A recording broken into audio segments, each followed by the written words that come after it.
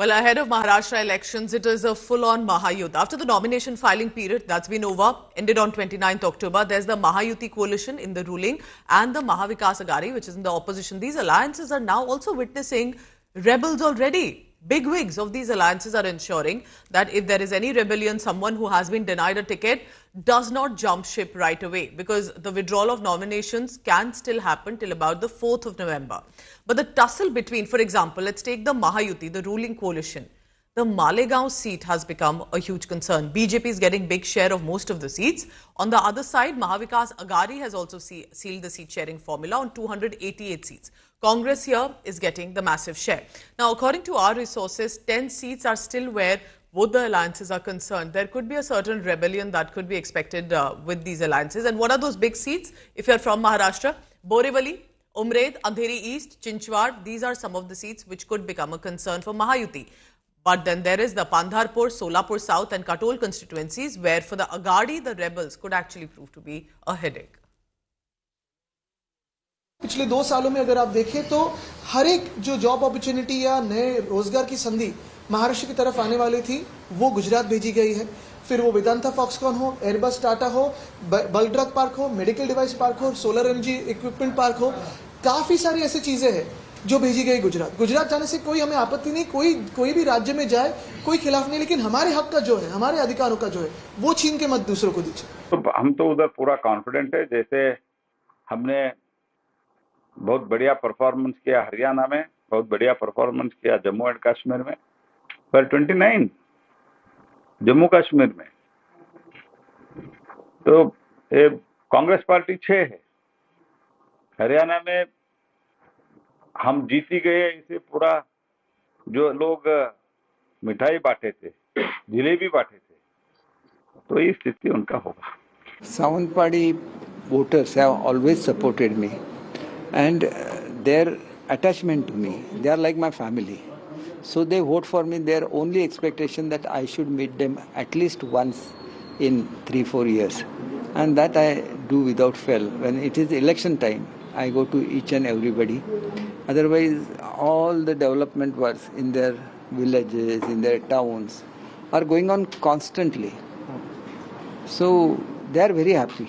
At the same time, they have a right on me. Maharashtra की जो government है और केंद्र की गवर्नमेंट है वो किसान विरोधी है, युवाओं के विरोधी है, महिला विरोधी है और गरीबों के विरोध वाली है और आरक्षण विरोधी है, और इसलिए जनता में बीजेपी के विरोध में भय रोष है। महाराष्ट्र में सत्ता परिवर्तन बिल्कुल तय है।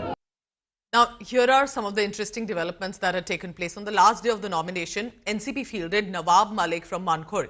Nawab Malik's candidature got an immediate sharp response from the ally BJP, which has firmly refused to campaign for people connected to Dawood Ibrahim. Mumbai BJP President Ashish Shelar has said BJP netas and Devendra Fadnavis repeatedly objected to Nawab Malik's candidature given his alleged connections with Dawood Ibrahim. Uddhav Sena also marked the Mahayuti his time, saying that Eknath Shinde fielded Nawab Malik and how. Aditya Thackeray has also jumped in, saying that there was a time when Shinde did not even want to sit with anyone linked to Dawood, and see now what's happening in the alliance. But Nawab Malik has decided to stick by Ajit Pawar's side in the Mahayuti.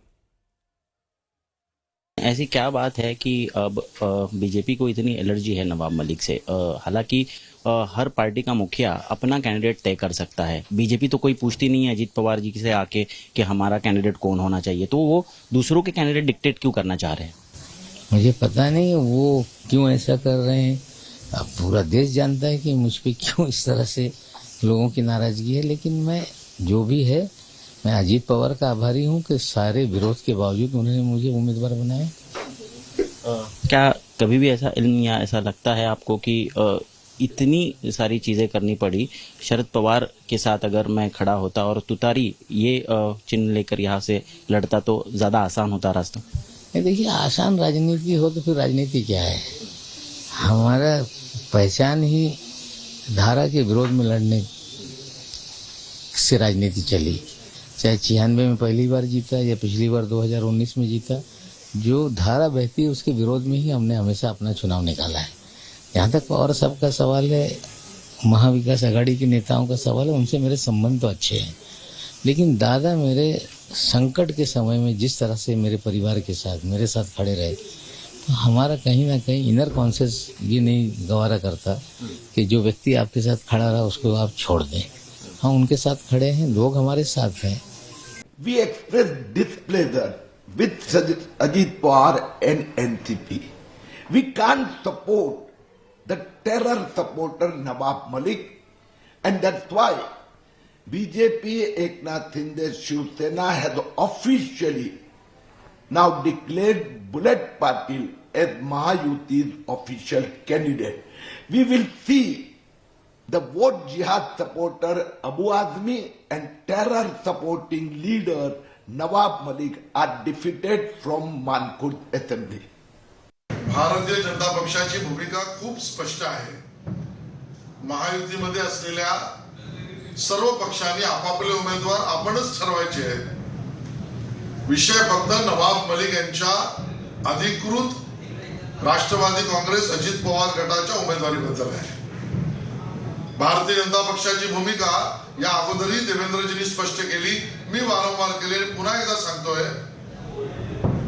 Nawab Malik यांच्या उमेदवारीबद्दल भारतीय जनता पक्षाची भूमिका हीच आहे की भारतीय जनता पक्ष नवाब मलिक यांचं प्रचार करणार नाही, प्रचार करण्याचा विषय येत नाही. आमची भूमिका दाऊद आणि दाऊदशी रिलेटेड केस या संदर्भातल्या व्यक्तीच्या प्रचाराची नाही.